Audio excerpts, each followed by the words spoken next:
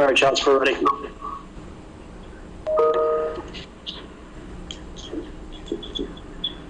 Good afternoon, everyone. My name is Charles Smith. I'm chair of the Village of Wilmette Appearance Review Commission.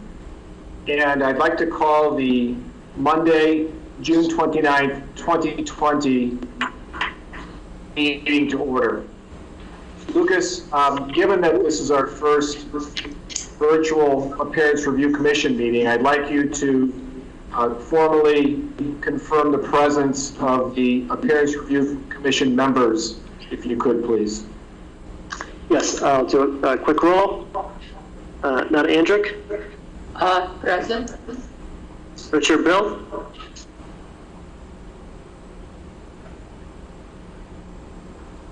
Richard, are you there? Are you in mute, Richard?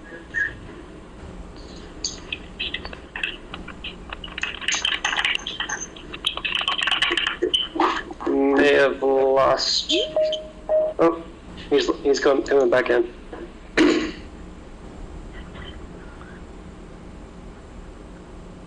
Richard? Yeah. Right. Could you enable your video?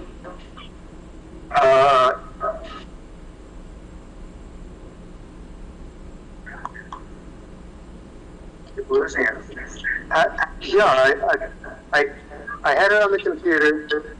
I lost it, so I just opened it up on the smartphone where I am now. How do I control the volume? I believe that would just be on your phone.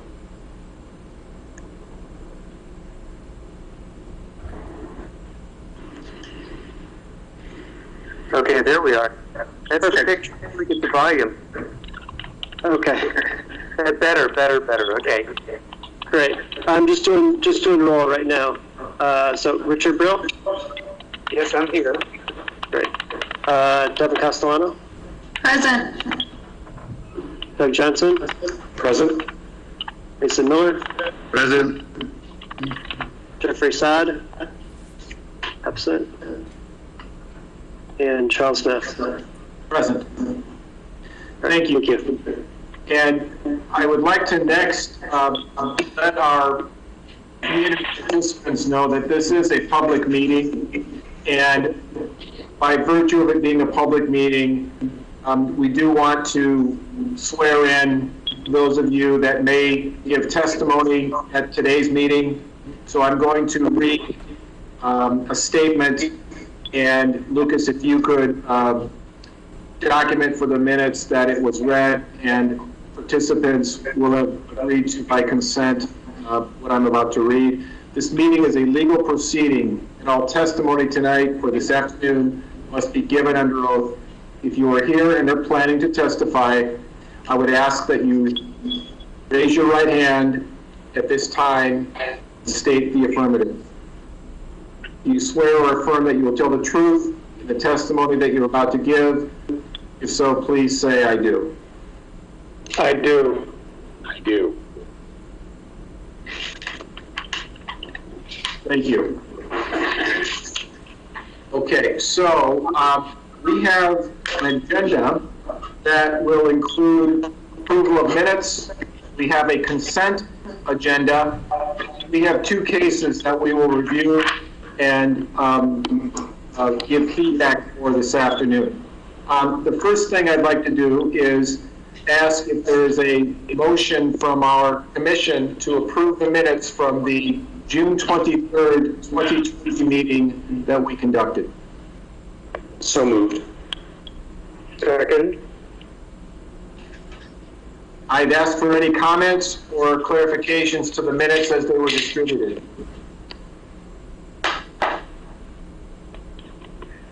Hearing none, Lucas, could you please call a roll to approve the minutes from June 23rd, 2020? Yes. Excuse me. Nada Andrick? Approved. Richard Brill? Approved. Devin Castellano?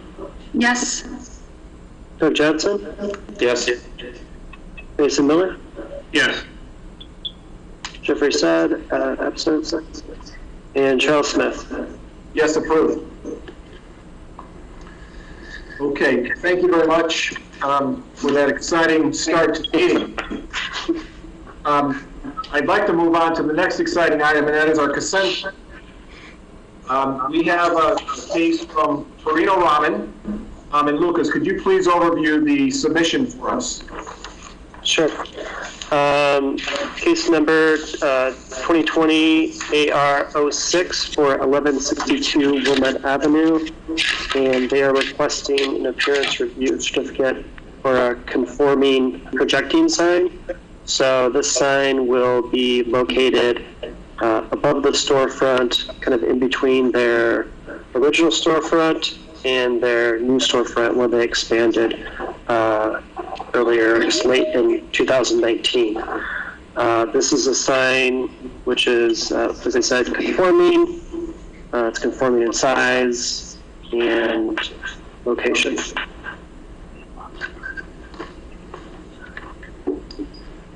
Okay, are there any, thank you. Are there any questions or comments before we get this one to motion? I have a question. What is the thick material that it's made of, and what is the thickness, overall thickness, and the edges? The edges, yeah, that's a good question. The thickness will be probably like three inches. It'll be made of aluminum with a black painted finish. If you're not talking, maybe we get some feedback from someone or dancing everyone.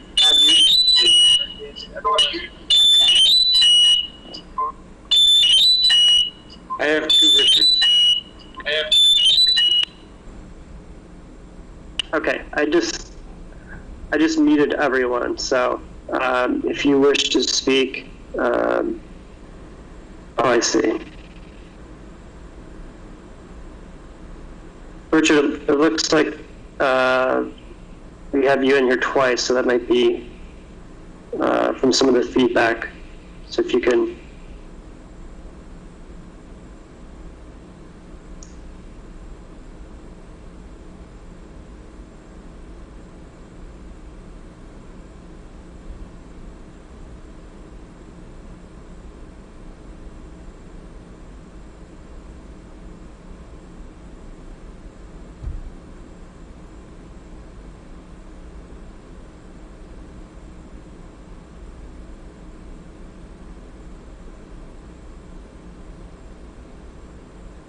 Nada, did you have any other questions?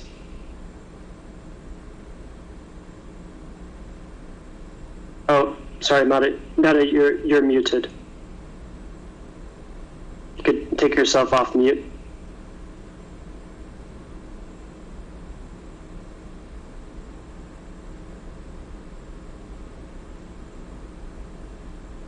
You're still muted, Nada.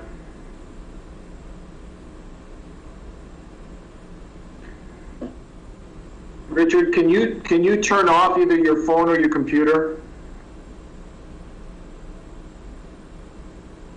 Please. Okay, I'm sorry. I didn't hear what you said. Do you hear me now? Yes.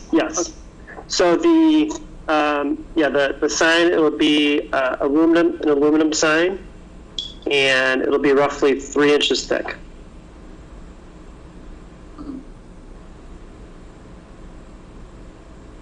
Thank you. Yes. It's, I am assuming self-etched.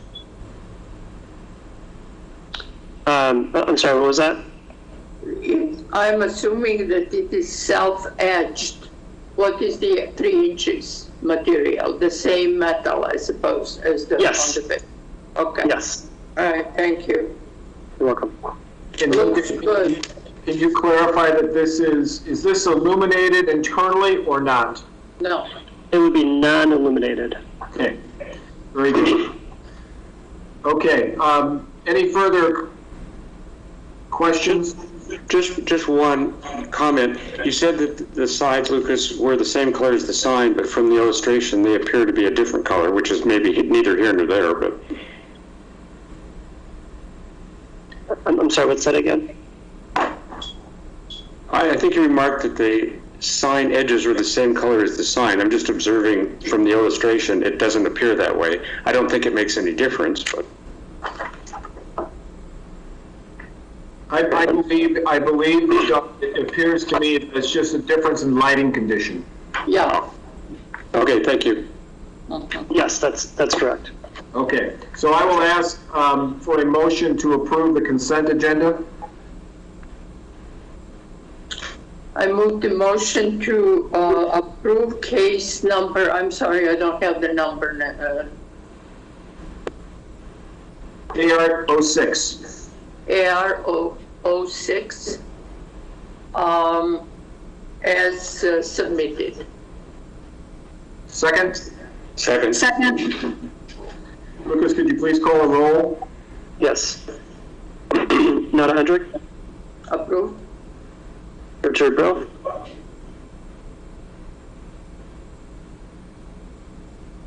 oh, sorry, Richard, you need to unmute yourself.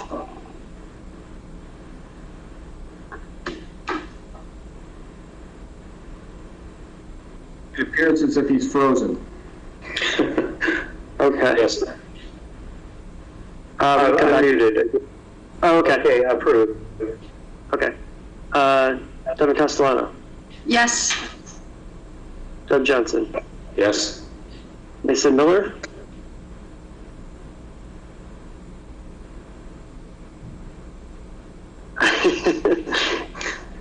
and Charles Smith. Yes. Great. Okay, thank you very much. We have two cases to come before us this afternoon. The first case is AR08 for 502 to 516 Ridge Road. Lucas, could you please overview this for us, and do we have a constituent presenter? Yes, the applicant is present, and I'll just give a brief introduction. So this is an application for an appearance review certificate for a townhome association, Sutton Place, and they're proposing to replace their perimeter fencing, which goes around the entire perimeter of the property except for the front yard. Existing fence is ranges from 5 feet to 6 feet in height, and they'll be replacing that with a same size fence but different style. It'll be going from a traditional fence with lattice top to a board-on-board fence. And the applicant, Neil Shapiro, is with us if you'd like to offer up any additional comments. Well, first of all, let me say thank you, and I have to applaud you for continuing to conduct the business of Wilmette, albeit virtually. No question these meetings have challenges, but I appreciate the opportunity to at least come before you. I think Lucas summed it up very well. We have a 12-unit townhome association here. It's been here since the 1970s. We have a perimeter fence that's 12 years old, and frankly, it's decrepit. It's falling down. The wood is rotten. The posts are horrible. And in January of this year, we sustained wind damage to the fence, which we're now told is essentially unrepairable. So we've contacted several fence companies. We have proposals to replace the fence, and we'd like to move forward with that this year if we can get all the approvals in place. The fence that we're asking you to approve is essentially the same as the one we have now, except instead of having 5 feet plus a foot of lattice work, we're going to have 6 feet of fence. And instead of having what I would call a solid fence, we're going to have a fence that has spaces in between the boards so we can get some air movement through the fence, hopefully to dry the fence after rain events. So if there are any questions, I'd be happy to answer them. I'd like to, since we have a virtual meeting and we're going to need to be a little bit more pedantic than normal, I'd like to go around and ask for specific comments from the commissioners or questions. And Mason, I'd like to start with you, please.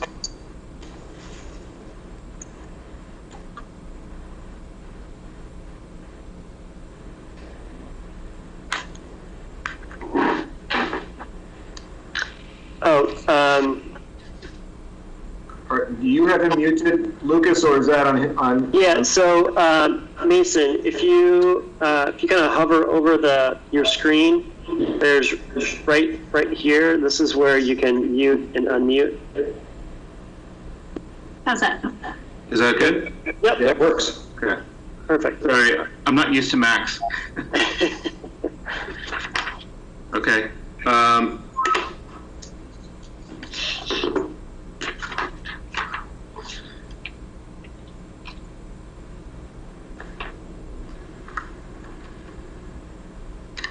I have no questions about the fence, honestly. Okay.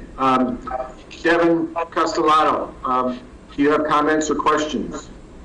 I just wanted to confirm, it's the exact same location, correct? There's no change to the fence that's currently there in terms of placement? That's correct. That's all I have. Thank you. Okay, thank you. Nada Andrich, do you have questions for Neil? Yeah, I have a sort of very simple question.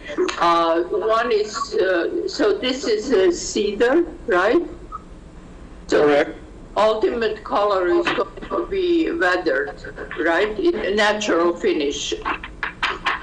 So the difference between the posts and the fence is going to be color-wise much closer. So it's all going to be blending. Just this morning I walked by your fence and it looks in a perfect shape, so I commend you for having some civic pride and doing what you're doing.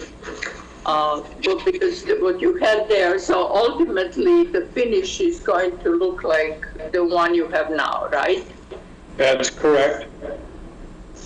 That's all. Thank you, Nada. Doug Johnson. Just a question to follow up. Are the posts the same material as the fence? They are not. The posts are steel and they're painted black. So there'll be a black-brown, I just was following up, there's black-brown contrast there, which is fine, I guess. Well, the posts will be black and the fence will weather naturally and be whatever color it will be. We're not going to do anything to the wood. Thank you. Nada, did you have a comment? No, I had the same question, and I was assuming that it is going to, the wood is going to weather and be kind of in a family of grays and, you know, like steel. Is this steel is painted or natural? Sure, painted. No, the posts are painted black. Okay. So is it a black, or could it be just slightly toned down to kind of be deep charcoal? You know, for your own sake, there is a better continuity, I think. But I don't know exactly how to define the color black, but I can tell you that the posts and the fence will essentially be the same as the fence that is at the St. Joe parking lot on Lake and Ridge. okay. Thank you. Richard Brill, do you have comments or questions? No, I think the new fence is a very good solution. I have no problems whatsoever. Okay. Neil, I have a couple of questions for you. Regarding the height of the fence, am I understanding it's the same height all the way around, or does it step down when it gets towards Ridge Avenue? The final 8 feet of the fence closest to Ridge Avenue steps down to 5 feet. Okay. And so are you mimicking the condition height-wise that is there now? Yes. Okay. And your current fence has a little bit of more visual transparency at the top because it's lattice, correct? Well, it has a 1-inch square lattice work at the top foot. Is that all the way around the property or just towards Ridge? Everywhere. No, that's the entire fence. Okay, so you've made a decision to make it solid all the way up to that 6-foot height, which takes it above most people's eye level, which is usually between 5 and 5.5 feet. So was that a conscious decision because had there been issues, or is it the look? What drove you from going from a top level of transparency to a solid, continuous aesthetic? The honest answer is we never considered the visual aspect. The lattice work on the top of the fence is so flimsy and poorly made that it has been a maintenance nightmare for the entire time we've had the fence. So we just didn't want any lattice work. Okay. Okay, understood. Lucas, do you know if there's a height limitation at all in Wilmette for fences between adjacent properties? 0.5 feet. So this would be conforming. Okay, very good. Neil, the last question I have is, we don't have details in your submission. When fences have come before us in the past, we've typically had details of the construction because that is important for the maintenance and, frankly, life cycle kind of the fence, specifically the posts. It's very important that the posts have a foundation that goes down to the minimum of the frost line, if not 6 inches below. In the absence of that, the thaw and heaving of the soil will move your fence up and down over time. So I think it's important, and I'd like to enter into our approval, assuming that we'll get there, that the minimum depth of the foundations for the posts be 42 inches. Let me say that we did specify, and I believe it is on the proposal you have, that the posts be in a minimum feet of concrete, and that it all be concrete, not just a hole with a little bit of concrete at the bottom. And that is what we were told by the fence company is the normal installation procedure in Wilmette, to be in 3 feet of concrete. I'm looking at the submittal here. I believe, okay, now I see that 36 inches deep. I believe that the frost line here is 42 inches. Is that, am I misremembering that, Commission? No, that's right. Okay, so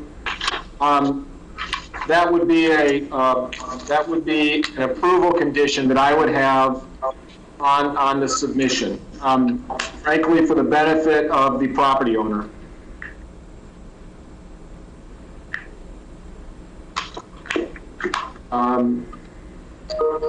Okay, any other comments or questions from the commission?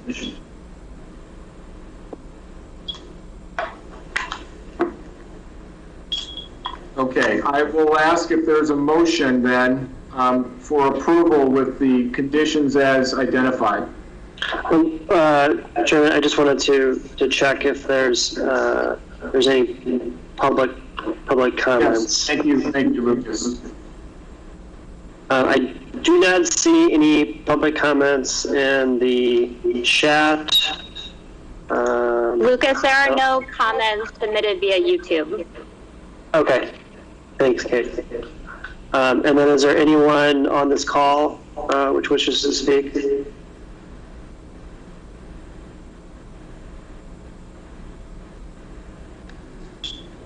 Okay, I think we can move forward with the motion. Okay. Hearing no public comments, is there a motion from our commission to approve case AR08 with the comments as offered from the commission? So moved. Mr. Johnson, second. Second. Nothing. All right. Lucas, just for clarity, I believe that the motion, and you correct me if I'm wrong in understanding the motion, that the motion is to approve the fence submission as submitted with the qualification that the footings for fence posts reach a level of 42 inches below grade. Correct. That is the motion that's on the table. Okay. Could you please call the roll? Sure. Donna Endrick? Approve. Richard Brill? Approve. Devin Castellano? Yes. Doug Johnson?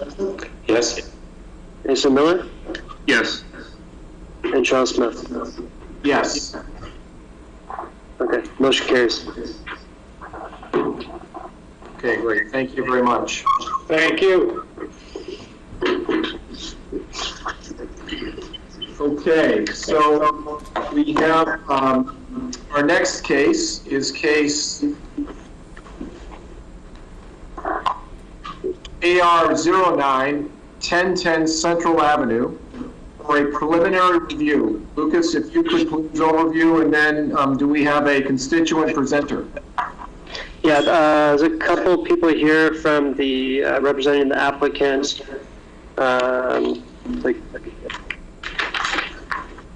Chris Tallman and Steve Blonsky, I see, are both on the call. So I just give a short introduction.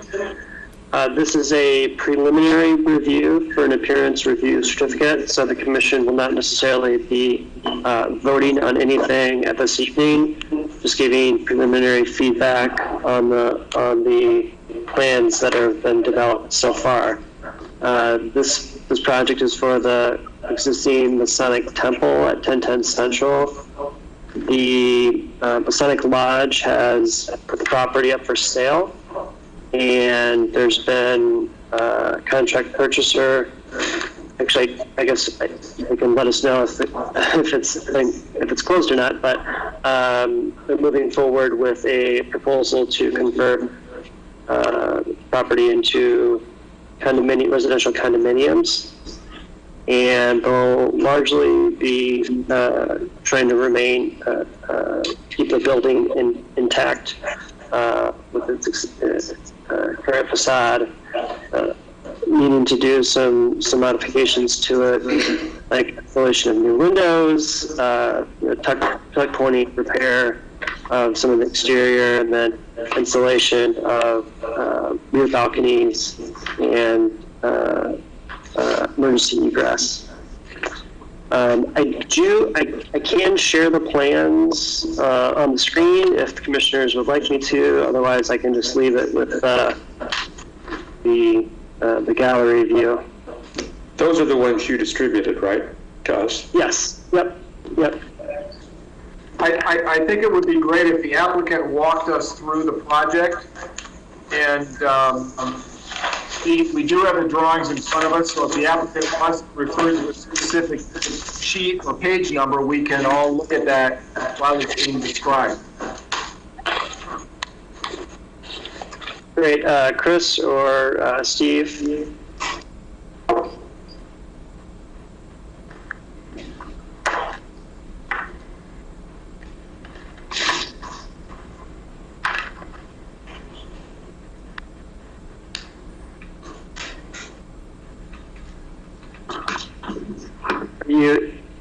I think you're muted.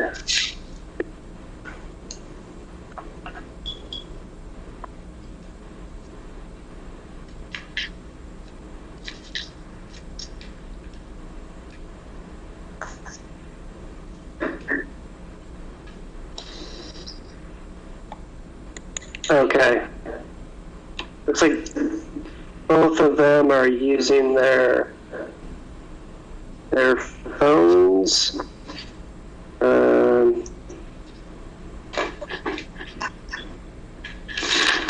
Muted, so no, actually, if you could try hanging up and calling back in.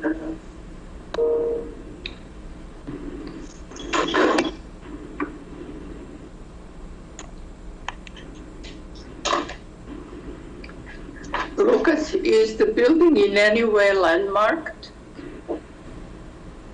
It is not landmarked, no. It is certainly historical, but it is not a local landmark as designated by the Wilmette Historic Preservation Commission. It's not a national landmark either. Is it, I'm sorry, what's that? is it eligible to be considered as a national or local? Well, actually, our preservation planner is on the line. So, Kate, I don't know if you can speak to that. Yes, the building would be eligible both as a Wilmette local landmark, and I also think it would meet the criteria to be listed on the National Register. When was it built? That I don't have that information, and I believe that Steve is back on the call. This is Chris Talsma. Okay.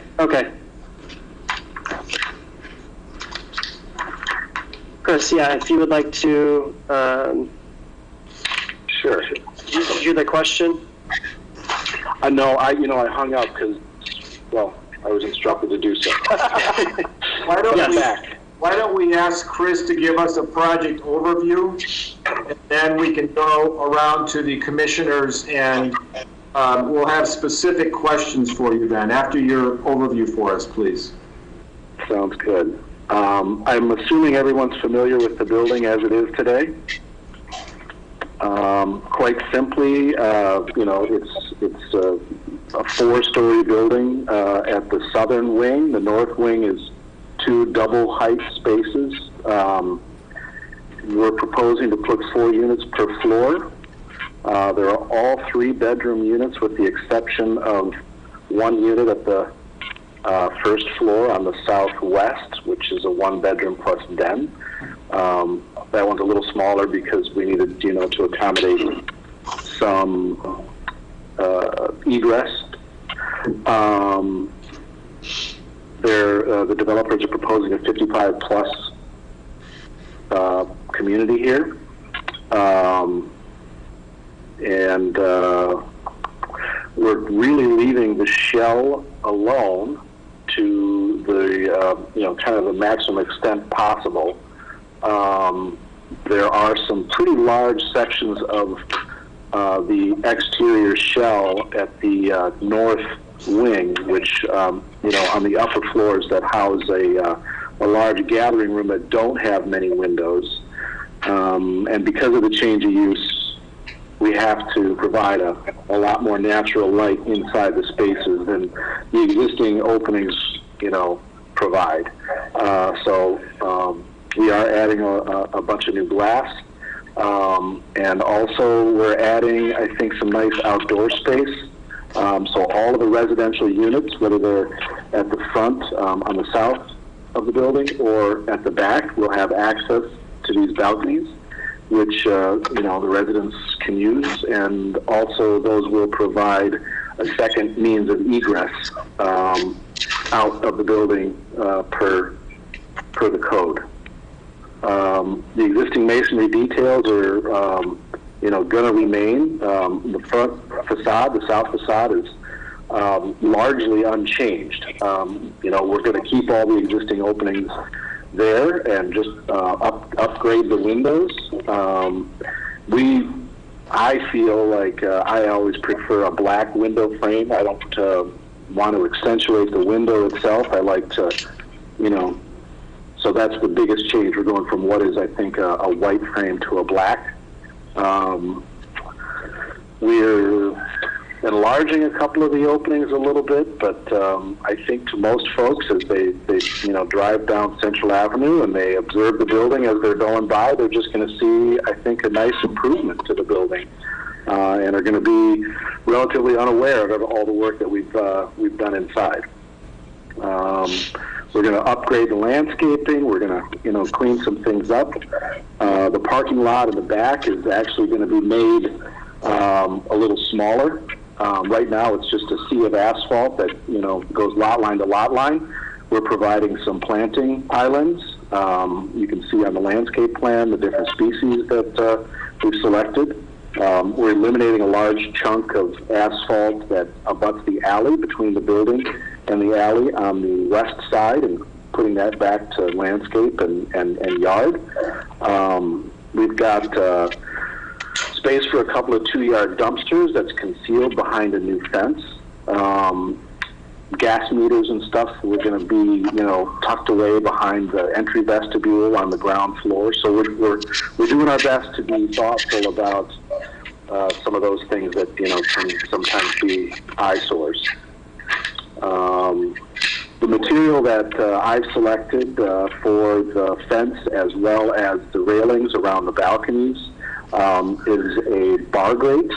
I like it because it's sturdy. I can get it factory galvanized so it won't rust.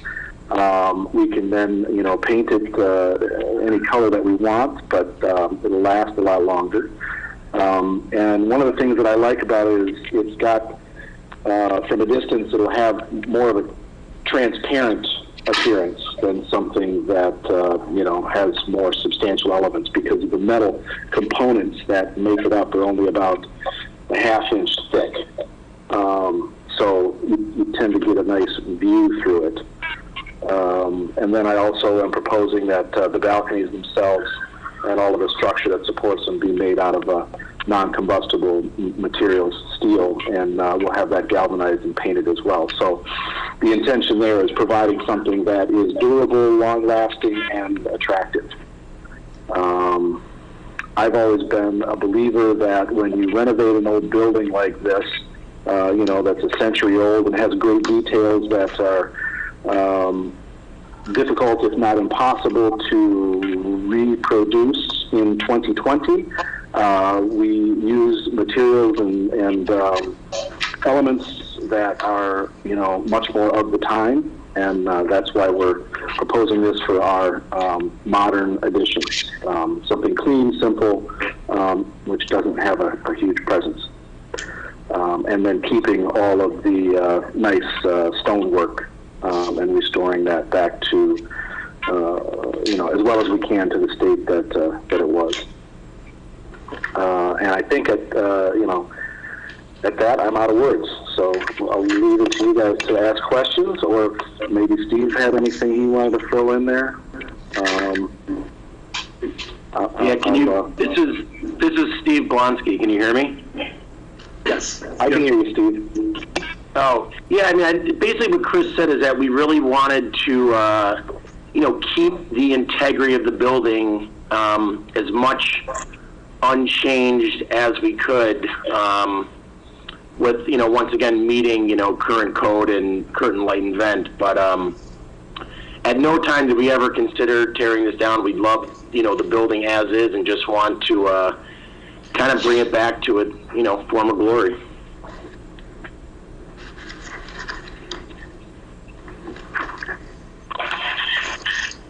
Okay, thank you very much.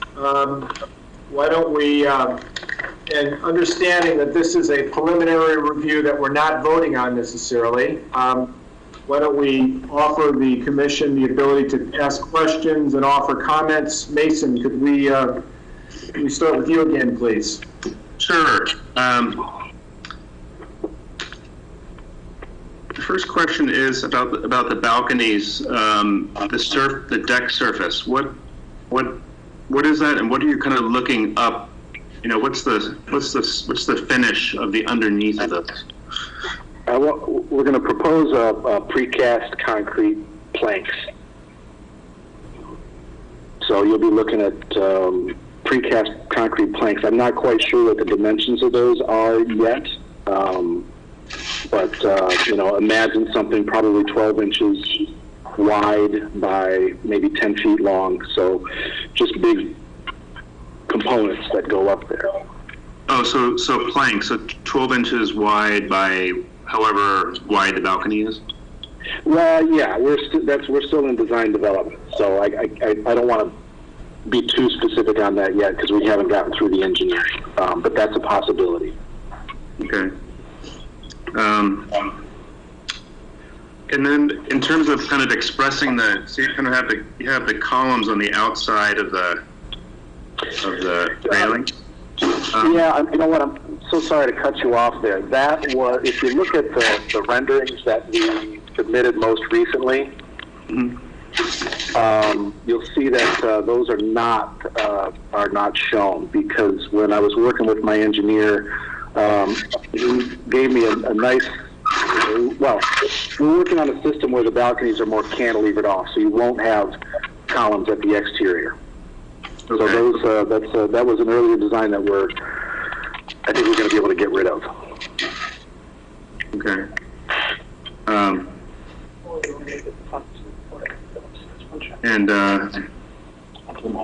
So it also looks like there's sort of the whole thing is cantilevered off the back quite a bit. I would imagine the thickness of the deck itself, the balcony itself, would get pretty thick, maybe. The plank materials are about 2 inches, but those are going to have to sit on a steel frame. I don't have the dimensions of that material yet, but there will be, supporting steel structure, which, yeah, will look a little thicker at the front edge. We don't have those sizes worked out yet. And then, I guess, final question for this round. I noticed that the face of the balcony of the railings sort of aligns with the building itself. Did you ever consider kind of tucking it back a little bit, tucking it back in, or make? Well, I'd like them to be sizable enough that I'd like them to be big enough that you can use them, and we also have to, have them be adequate to provide a path for egress. So if they're too narrow, they won't be useful. I need to be able to maintain an aisle, but folks are going to want to put a grill and a chair out there. Okay. Insert diagram in the back. Okay, that's all my questions for at the moment. Okay, thank you, Mason. Devin, do you have questions or comments? Yeah, I have a few. I actually agree with Mason. I know this is still preliminary, so you don't have dimensions yet, but maybe just pulling those balconies back a couple inches, just so you don't have a detail that you have to work out between the existing masonry and the balcony. It would probably just be a little bit cleaner if it was even a couple inches. I think when I appreciate the clean lines and letting the existing building sort of shine. I think that it would probably, you could achieve this with that black brick mold or window color, and I would add that I would probably just keep everything consistent. So whatever you paint whatever color the window selection is, you match the balcony, steel, the stair. Keep it just very clean and simple. I think that with the next round, you probably want to have a material board or paint selections for all of those items. So whatever color that you're proposing. Since it's not landmarked, but it is a historic building, I would probably also include a window specification with the brick mold detail, as well as any other window details. I would also show any infill locations. So I know you are adding windows, but if you are having to fill in the masonry anywhere, I think you should probably call that out in the elevations, especially if it's at the front of the building, or if there's any major change to the front of the building. If you can also submit like a larger detail of the guardrail and balcony details for the August meeting, that would be fantastic. Let's see what else. Oh, and then I was just going to ask too, since this is moving to a multi-unit residential building, I don't know if you thought about any sort of uniform window treatment on that front facade, but that might be something you want to consider, since there's going to be, residences different residences on each level. So yeah, more information at the next meeting would be great.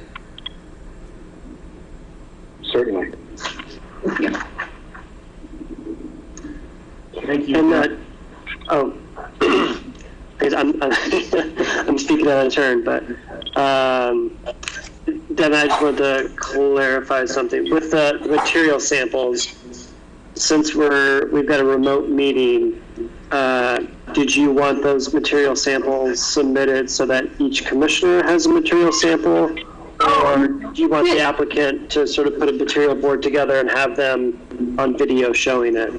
A digital PDF would be fine, just calling out, whatever, if they're using Sherwin-Williams or if they're using them for what those paint colors are. And then for any of the other specs, like the window specs, most of those window manufacturers will have a cut sheet, just so we can look at the brick mold pattern. And, because this is a historic building, so I think we want to be somewhat sensitive to those profiles. Mm-hmm. Okay. Yeah, we're getting. Sorry, I know right now Steve is getting pricing from different manufacturers, so we don't have a manufacturer selected yet. But once we do, that won't be a problem at all. I would, since you did bring up, the front facade and any work that we might be doing to infill. I'll just point out right now, there's no infill on the front. We are actually, the only alterations we're making to any masonry openings on the front is that I've lowered the sills on the 6 windows at the top floor.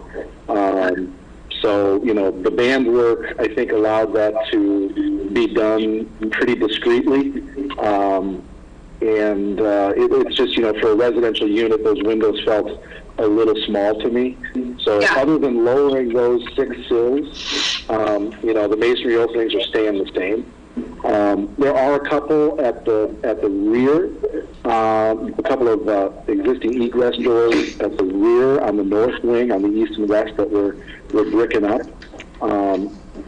And I will note those on the drawings, but I figured as long as I have you here, I just mentioned it to you right now. Great.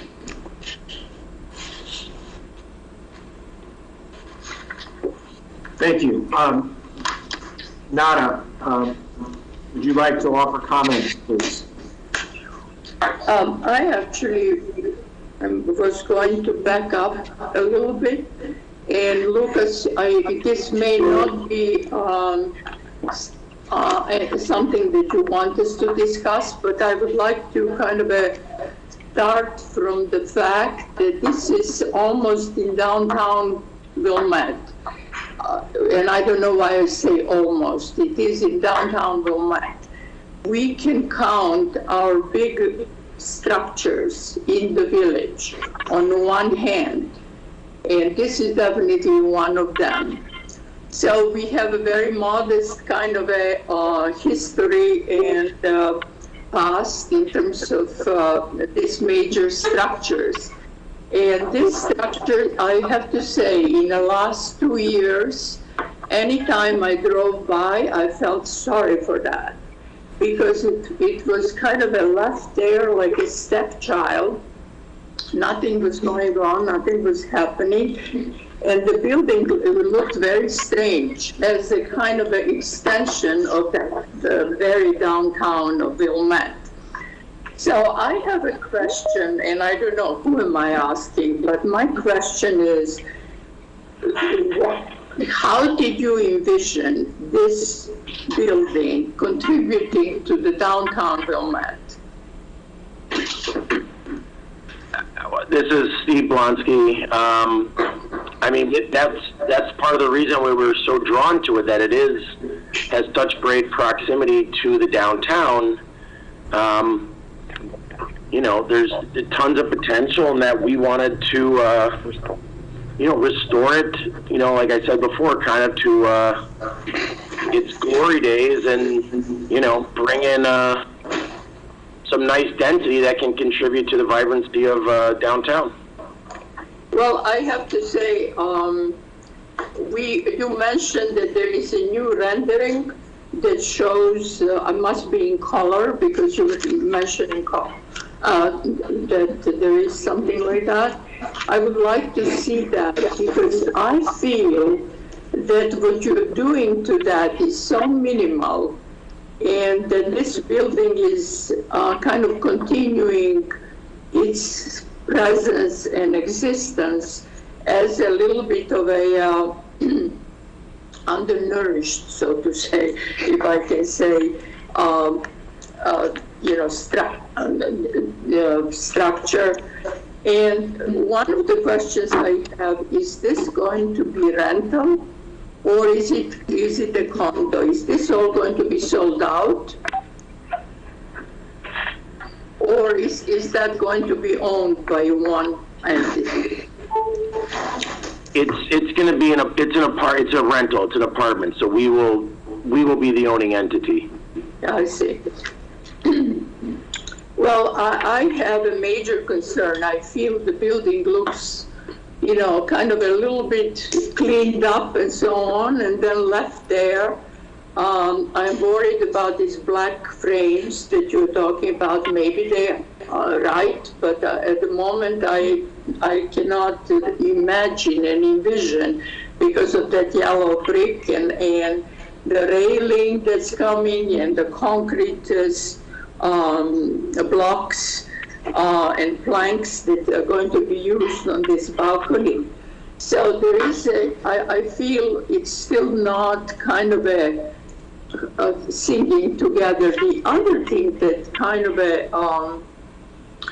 I'm just wondering is there any way that some money could be saved so that you do have some sort of a parking carport or something that is going to create something covered and something that relates? That's going to be an object in the back of the structure.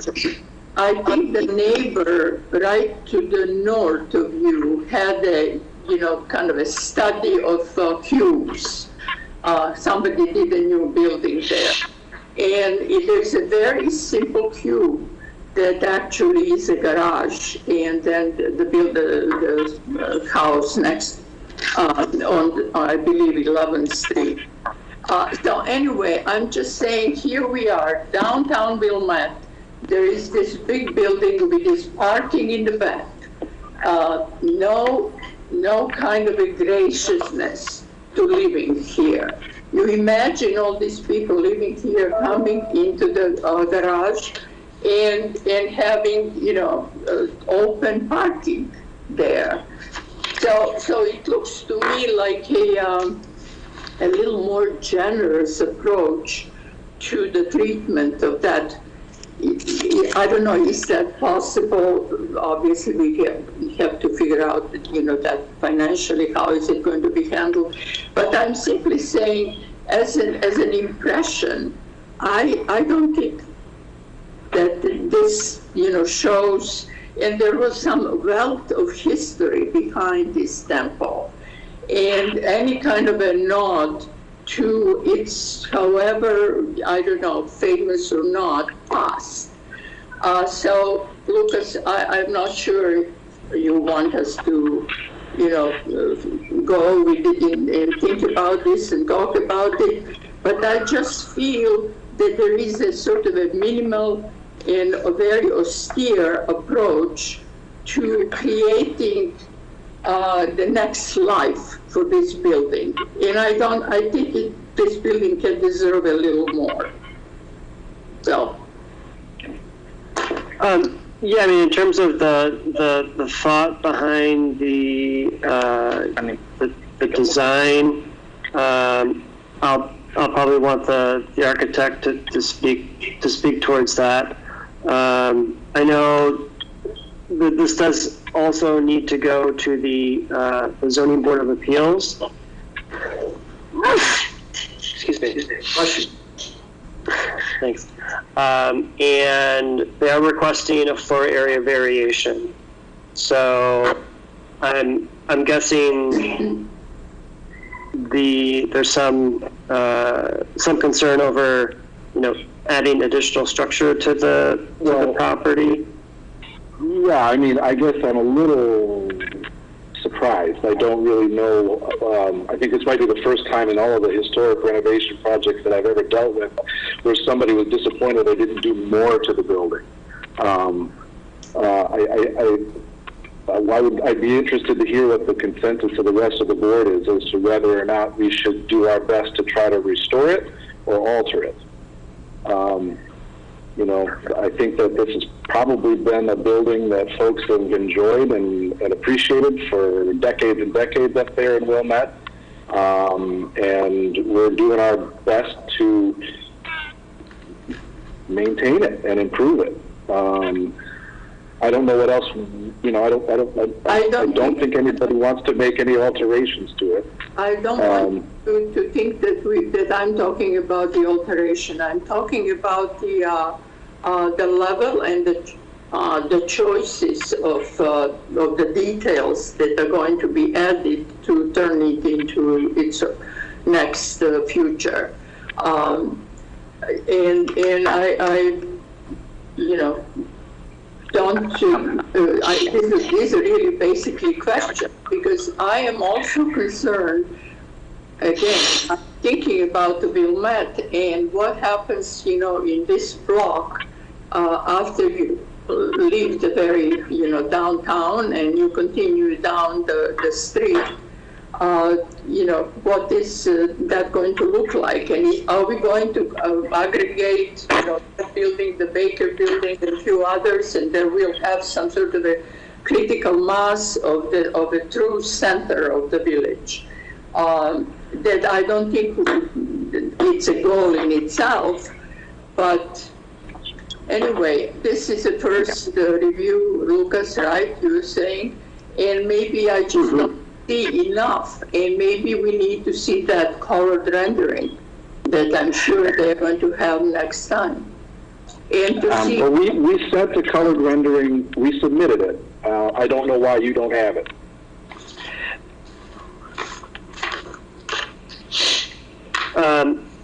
In the packet that was delivered on Friday, there was a colored elevation of each side. It should be part of that.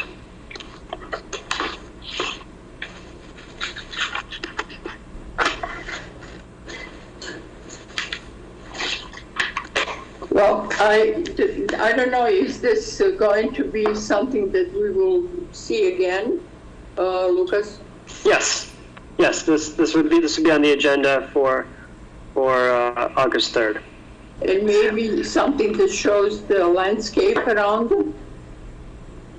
You know, any kind of trees or what is going to take place around it? It's in the packet that was sent around.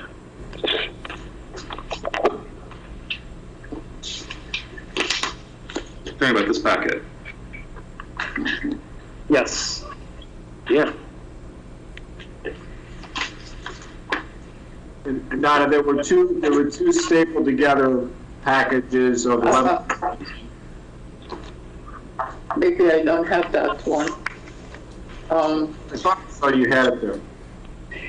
You know, I am really inviting Charles, you know, all commissioners to share any kind of a opinion they have about what is this doing for the village. Yeah, so noted. Thank you. Why don't we move on? Richard, do you have comments or questions? Thank you. I apologize, I lost the connection for a couple of minutes. So if I say anything that somebody asked earlier, please forgive me. Some questions. Is the building currently unoccupied? Yeah, it's been vacant for like 15 years, I think. I don't think they've used it in a very long time. It's totally vacant, yes. I got it. Okay. These are 3-bedroom apartments. What's the square footage of the apartments, and what are you doing with the price?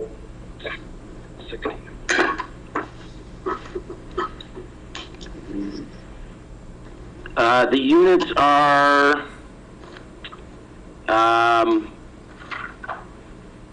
almost 1,600 square feet to almost 1,400 square feet. They kind of vary, but about 1,400 and 1,600 square feet. Okay. And the monthly rentals?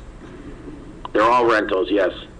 Yeah, what price will you be renting at?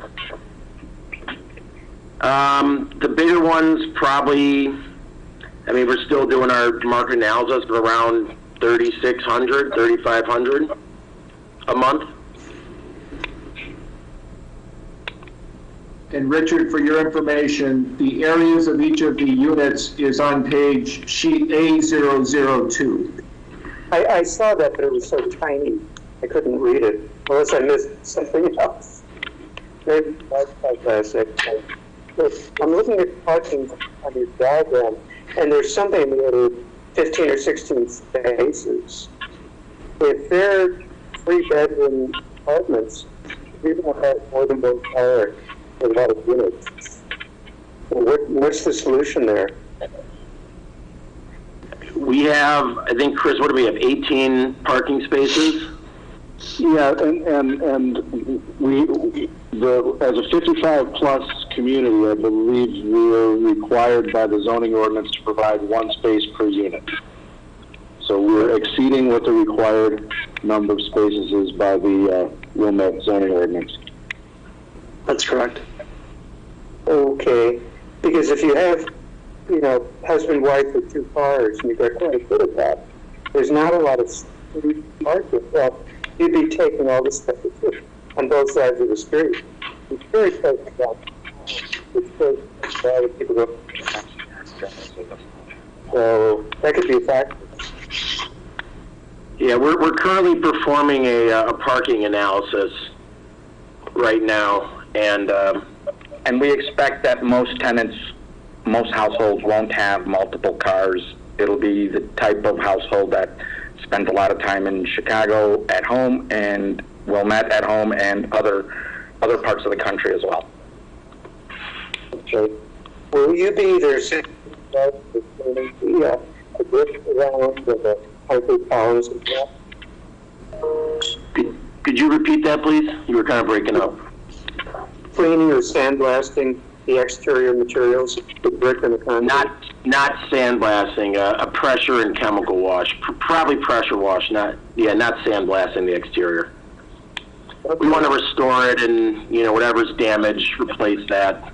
Yeah, our goal here is to preserve and restore the historical integrity of the property. We realize that it's not landmarked, but we're very sensitive to its historic nature. So we want to renew the exterior of the building, and other than required windows and doors and the balconies, of course, do very minimal alteration, because we think the building stands alone as it has been very, very effectively. Okay. Have you explored landmarking at all? Local or national? We haven't. We briefly spoke with someone with the village in our initial intake meeting, but nothing since then. I mean, we'd be open to it. Yeah, I was on the commission for 8 years. What they would bring up is that replacement for windows, and there were no balconies there to begin with. So that could be a real problem. For national landmarking, it's a little looser. But there are tax benefits, really beneficial advantages, if you can get it landmarked. I don't think local landmarking would work. Maybe national. Yeah, we've spoken to some tax consultants, some historic landmark consultants, and the problem is that we're doing so much alteration to the interior. They thought it would be difficult to get it to qualify on the national level. Yeah. Okay. I hear what you're saying. Those are the questions that I have. Okay, thank you, Richard. I do have a few. I do have a few. One more. Don't forget me. Far be it from me to miss my esteemed colleague, Doug Johnson. Doug, would you like to have the floor, please? Well, I didn't want to go in front of you, but I didn't want you to wind it up. Thank you. No, please offer your questions and comments. Sure. I just have a couple of things. One is a follow-up comment to Nada and the general appearance. I don't know that I have an opinion from the renderings, the elevations, but I did hear you say that the balconies may have grills on them. And apart from the structural and fire issues of grills, a question comes to mind that if they are permitted, will this enhance the look? And I think it's something that you need to think about at the very least. Not necessarily have an answer now, but it's just something to think about. And the other thing is, I think the facade of the main building is, historical and very attractive and interesting. It's great. It's been a part of the history of Wilmette. I noticed from the elevations that you're going to be leaving the sign, which I assume is cut into the stone. And this is an observation, not for an answer now, but just for you to think about, that because it is now going to be viewed by the Appearance and Review Commission and will go on to get village government approval, I think we just need to take a look in the times we're in now. If you have taken a look at the history of Freemasonry, and if you think there's anything cultural or historical about it, that you may find a problem. So I'm not asking you to answer it now, but it's something somebody might bring up and something you may not have kind of taken a look at. So those are my comments. And thank you, that is appreciated. Thank you, Doug. I don't believe Mr. Sod has joined us, correct, Lucas? Correct. Okay. So I will offer a few questions and comments. I'd like to ask the demographic target. I believe you said senior, and did you say 55 and over? Yes. What is the driver for that decision? Well, it's been our experience.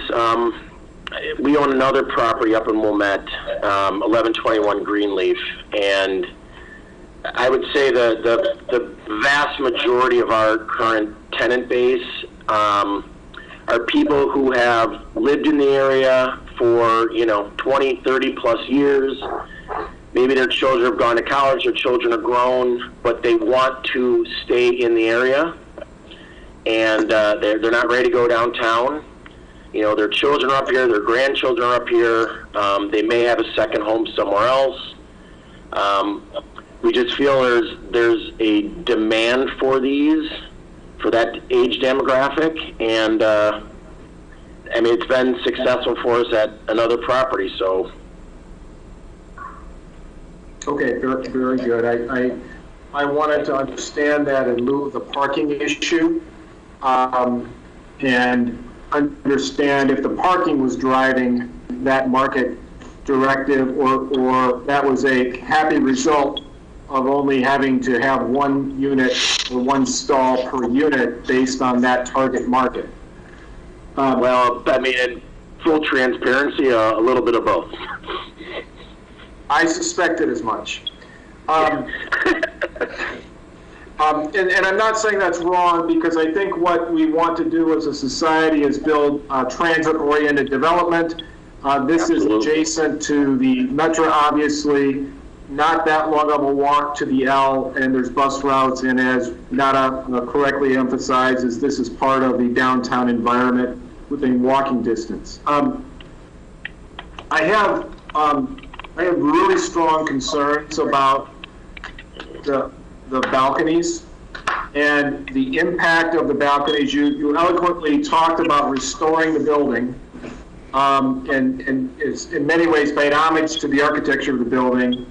And I find the volume of and the potential detailing of the balconies to be, in some ways, a sink or swim proposition for this project. And we don't know that yet, because we don't have enough detailing on it, and as you said, you're still working through that.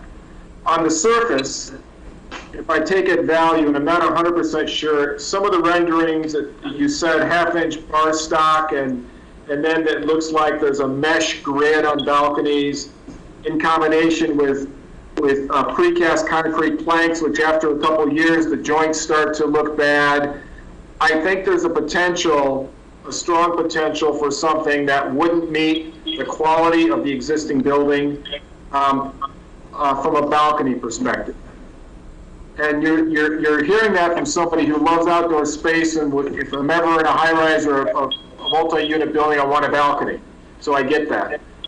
I also question, in some ways the balconies, you're saying are they code required from an fire escape perspective? Is that one of the drivers as well?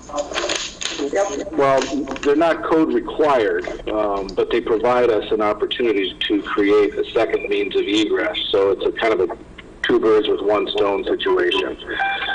We could put the second stair on the inside of the building, but that, robs us of real estate that we can devote to residential space indoors. Well, if you put it on the interior of the building and you had individual balconies, which would break down the scale of these continuous large bands of metal on the building, and I realize that's a pro forma issue because of the space, but I'm going to be really challenged to see a design that, from the balcony perspective, meets the quality of the overall building. But I'm willing to suspend any kind of belief until or decision until we get more, information on that. Even to the point where, at grade, it looks like there is a lot of fencing. on the west facade as an example. Well, certainly I did provide a lot there, because if I were a resident and my only outdoor view was, the side of an unattractive house across an alley, I'm trying to provide a little, oasis for them there. Other than on the west side, there is no proposed fencing. Okay, good to understand. I get that. On the other hand, it looks like the landscape plan is nice, could potentially be a nice screening element in and of itself. If the at grade, it covers most of the west facade there where the fence would be. If at grade, the landscaping was year-round green and could serve the same purpose some ways.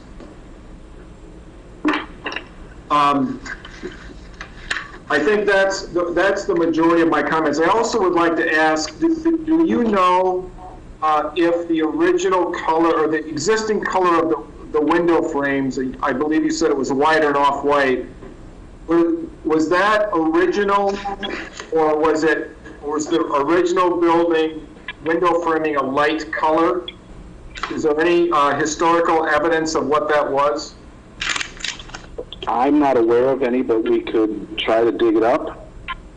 I've only seen one old black and white photograph of the place, and it wasn't very telling. Yeah, and I don't want to say that we're not open to other ideas. I've just always kind of defaulted to black window frames.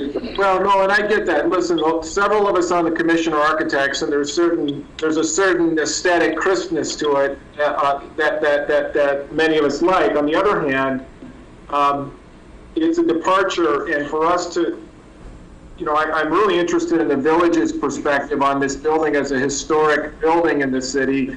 Is it something that the village fathers want to see adhere to and maintain, or are the bones of the building strong enough that we can depart on details like that give it a more forward-looking aesthetic? So I think some things like that are, it's not that often, going back to Nada's point, it's not that often in Wilmette that we have a civic building that is under transition.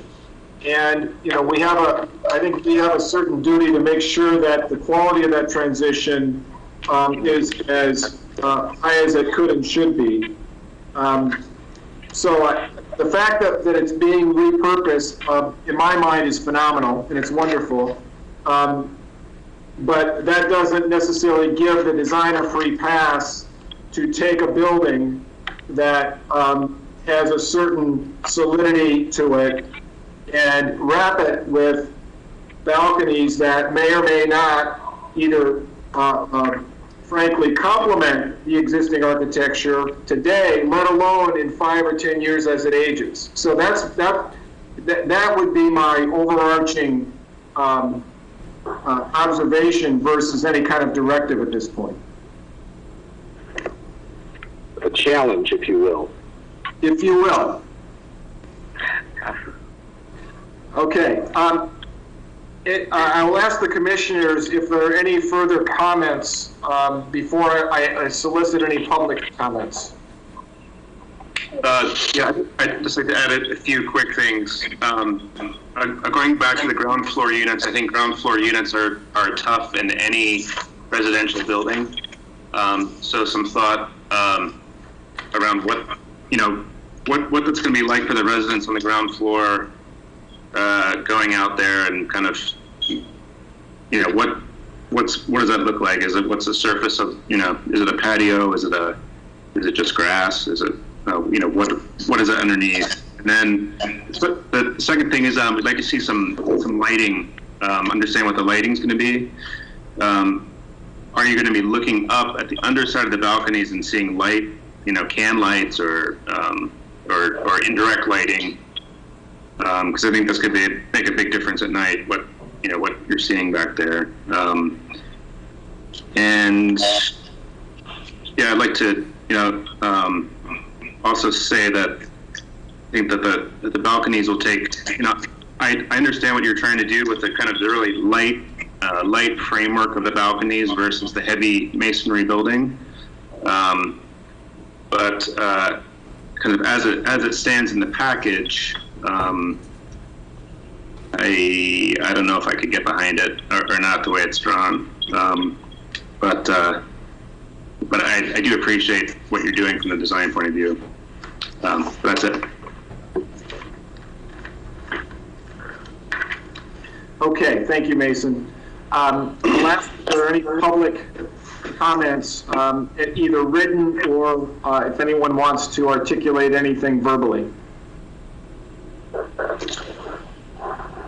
Yeah, Chairman Smith, I just wanted to say that there's no additional public comments that we've received through the Teams chat, but I'll ask my colleagues Lisa Roberts and Kate McManus if there's any other comments that they've received. This is Kate. There are no public comments received via YouTube. Thank you. Hi, Lucas. This is Lisa. There's been no comments through email. Okay, thank you. Okay, so with that, I'd like to offer the applicant any further opportunities to respond to any of these comments at this point, or any further questions that you have of the commissioners. None from me, thank you. Yeah, me neither. Okay. Very much appreciate the work and the overview and giving us the opportunity to weigh in with our comments. Lucas, given that we are not approving, is there any kind of formal action we need to take, or do the comments rest in the minutes and then the applicant has the ability to address those in future processes? Yeah, at this point, there's no additional formal action that needs to be taken. We can just move on to the next agenda item. There was just one question as staff that I wanted to ask, and that was if there's any proposal to screen the rooftop, because you're going to be adding some condensing units and some mechanical equipment to the rooftop. And I'm just wondering what your plans were for that. I think that's part of the problem. I've got those things located pretty centrally.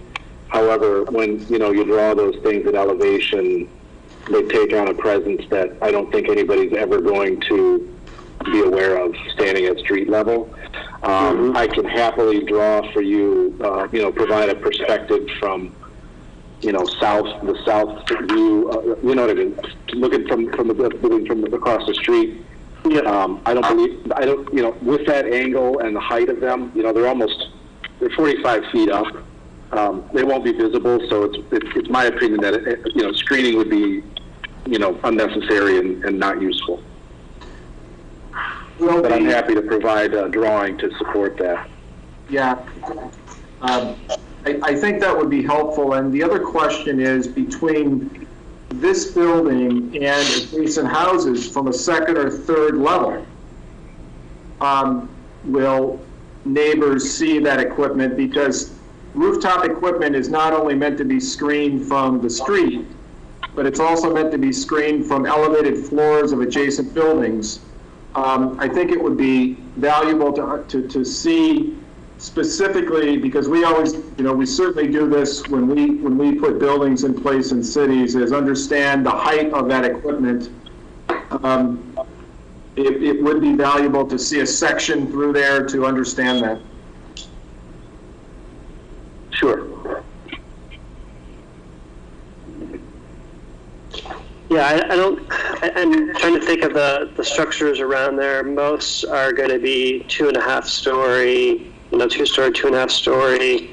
I think the tallest building, as Nana said, would be Optima. That'd be the next tallest 4-story building. Right, and I was thinking about that to the west, And this building is, I don't remember how many lots to the east of the Optima building.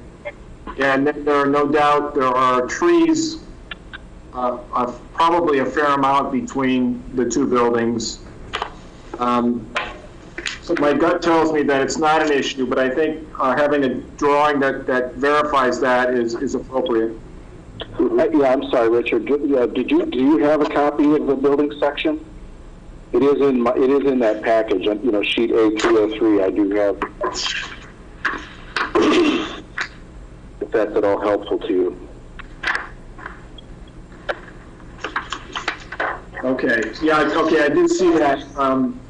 And so that rooftop equipment, the biggest unit there, maybe understanding the dimensions of it. Yeah, these are just residential compressors, These are just residential compressors.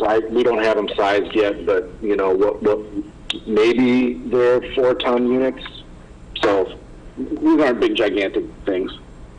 But I'm happy to provide some more drawings. Yeah, I think the elevator overrun is probably going to be the tallest thing. Yeah, maybe that's what I'm looking at, and that's not equipment.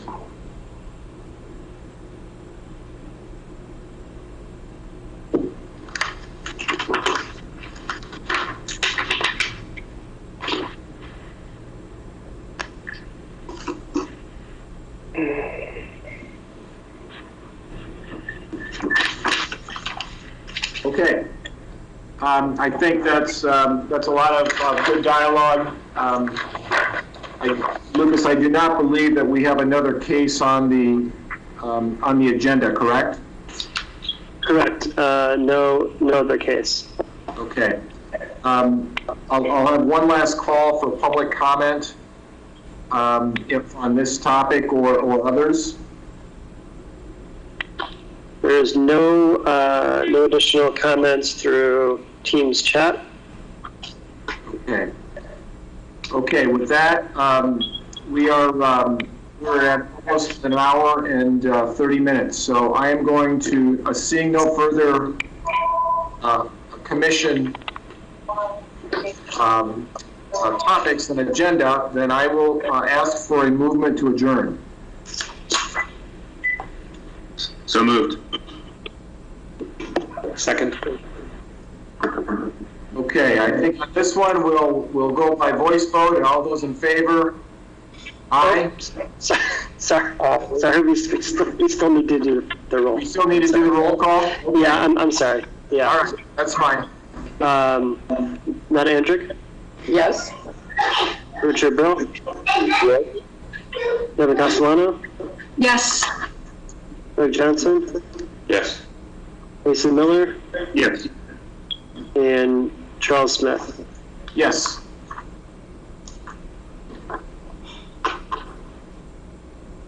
All right, meeting adjourned. If everyone could close out of the